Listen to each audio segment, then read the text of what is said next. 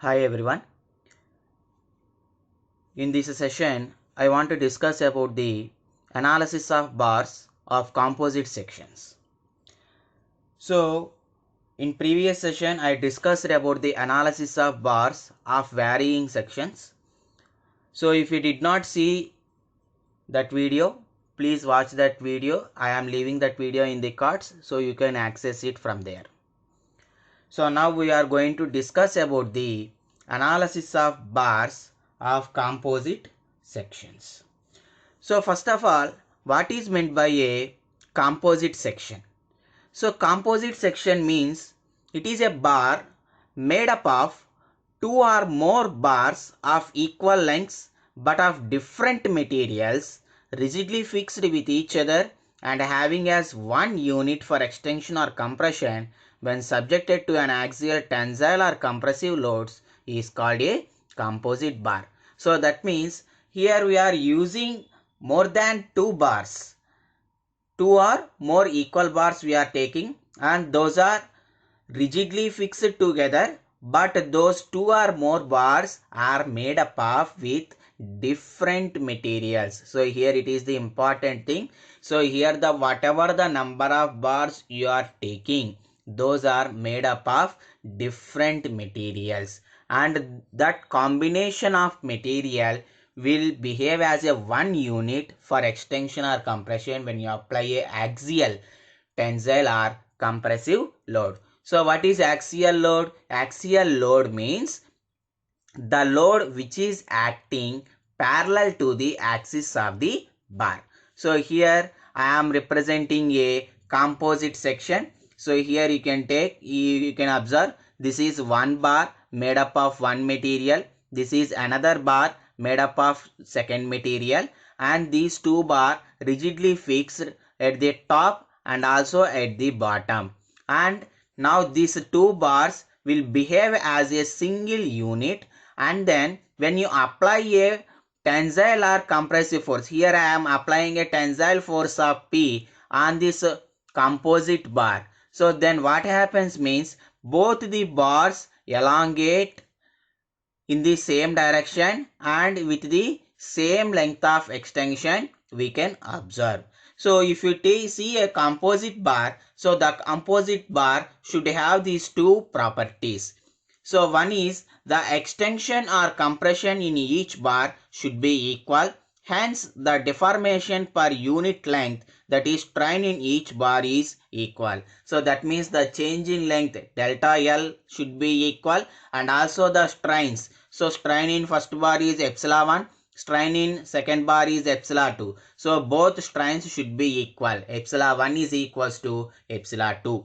And next one, the total external rod on the composite load on the composite bar is equals to the sum of loads carried by each different material. So here I am applying a load P. So then the load taken by the bar 1 and load taken by the bar 2, that those two loads should be equals to the externally applied load. Let us say bar 1 is taking a load of P1 and bar 2 is taking a load of P2. Then the externally applied load is equals to the sum of loads taken by the each bar. So P1 plus P2. P equals to P1 plus P2. So this is the condition we are following in the composite bars, and the composite bars also will behave like that.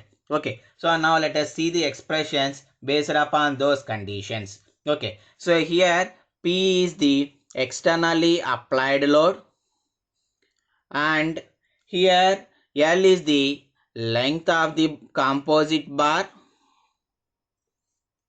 right? And then here I am taking, first of all, coming to areas.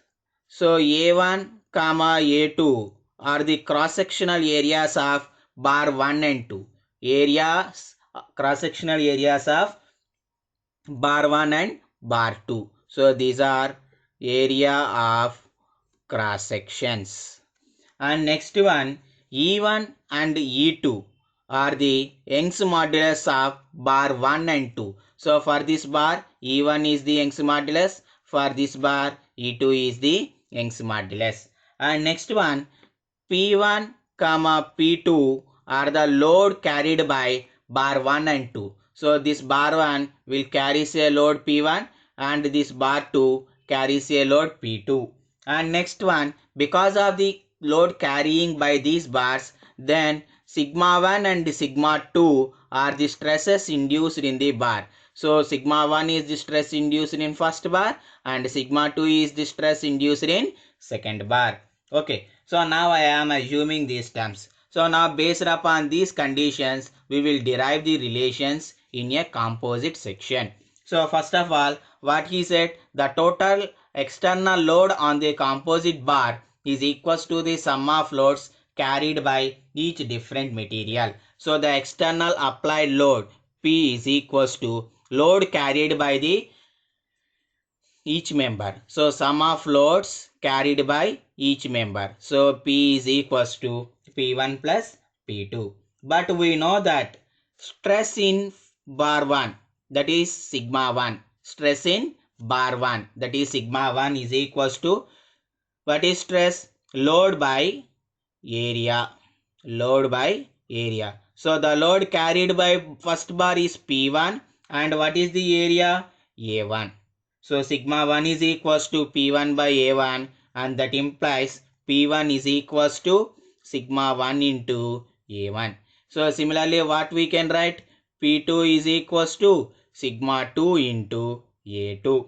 Now substitute these two values in this above equation. Then what happens to the total load? So total load P is equals to P1 is sigma 1 A1 plus what is P2? Sigma 2 A2. So this is the total load. And then we have also seen the strain in each bar is equal. So the strain in each bar is equal. This is the second condition he is saying. So first of all, let us calculate the strains in each bar. So strain in first bar or bar 1. So strain in bar 1 is equals to, so strain is denoted by the letter epsilon. So bar 1 means 1. So epsilon 1 is equals to, so what is strain? So we know that already we have a relation Young's modulus E is equals to stress by strain. Now I require strain. So epsilon will be equals to sigma by E. Now based upon this we are going to write here epsilon 1. Then what is epsilon 1? Epsilon 1 is equals to sigma 1 by E1. Right? So similarly, what we can write for bar 2? Epsilon 2 will be equals to sigma 2 by E2. Right? So, but according to our condition, what is the thing? So the strain in each bar E are equal. So if you take that one, then what we can write? Epsilon 1 is equals to epsilon 2. So if you take epsilon 1 is equals to epsilon 2,